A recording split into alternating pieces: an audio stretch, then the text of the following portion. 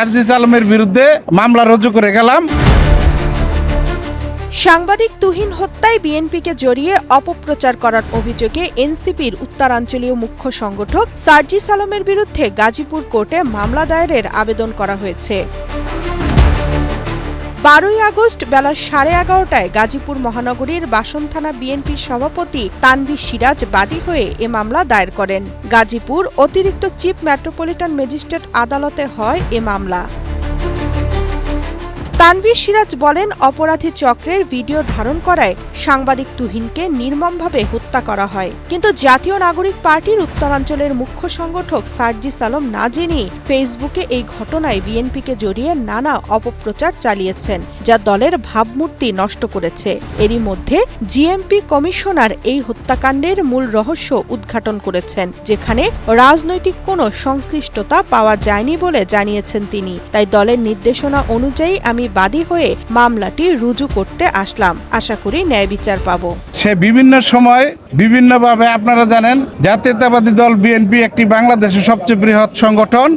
এই সংগঠনকে হেয় প্রতিপন্ন করার জন্য সবসময় সে এই ধরনের বিভিন্ন বিবৃতি এবং স্ট্যাটাস দিয়ে থাকেন। আপনারা জানেন, ইতিমধ্যে নির্বাচন ডিক্লেয়ার করেছে। এই নির্বাচনকে প্রশ্নবিদ্ধ করার জন্য এবং পিছিয়ে দেওয়ার জন্য এবং জাতীয়তাবাদী দলের ভাবমূর্তি সাধারণ জনগণের কাছে ক্ষুণ্ণ করার জন্য সে এই সমস্ত বিবৃতিগুলো দিয়ে থাকে। বাদীপক্ষের আইনজীবী অ্যাডভোকেট সিদ্দিকুর রহমান বলেন, অতিরিক্ত চিফ মেট্রোপলিটন ম্যাজিস্ট্রেট আদালত 2 এর বিচারক আলমগীর আল মামুনের বেঞ্চে মামলাটির আবেদন করা হয়। পরে শুনানি শেষে মামলাটি আমলে নিয়ে আদালত সিআইডিকে তদন্তের নির্দেশ দেন। বলছেন যে এটি যাচাই বাছাই হওয়া দরকার আছে। এটির এই যে ফরেনসিক রিপোর্টে ওনার স্ট্যাটাস ফেসবুকে দিয়েছেন, এটা জাস্টিফাই করা ফরেনসিক রিপোর্ট দরকার আছে।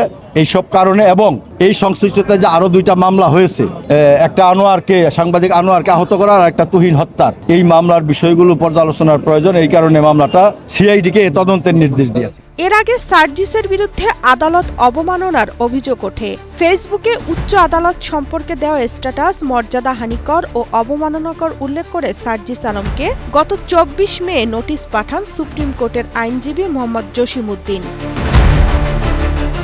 নোটিশের জবাব না পেয়ে সার্জিস আলমের বিরুদ্ধে গত 28 মে এই আইনজীবী আদালত অবমাননার আবেদন করেন। আদালতে আবেদনকারীর পক্ষে আইনজীবী জসিমউদ্দিন নিজেই শুনানি করেন। 20 জুলাই সার্জিস আলমের বিরুদ্ধে করা আবেদন নিষ্পত্তি করে দিয়েছেন হাইকোর্ট।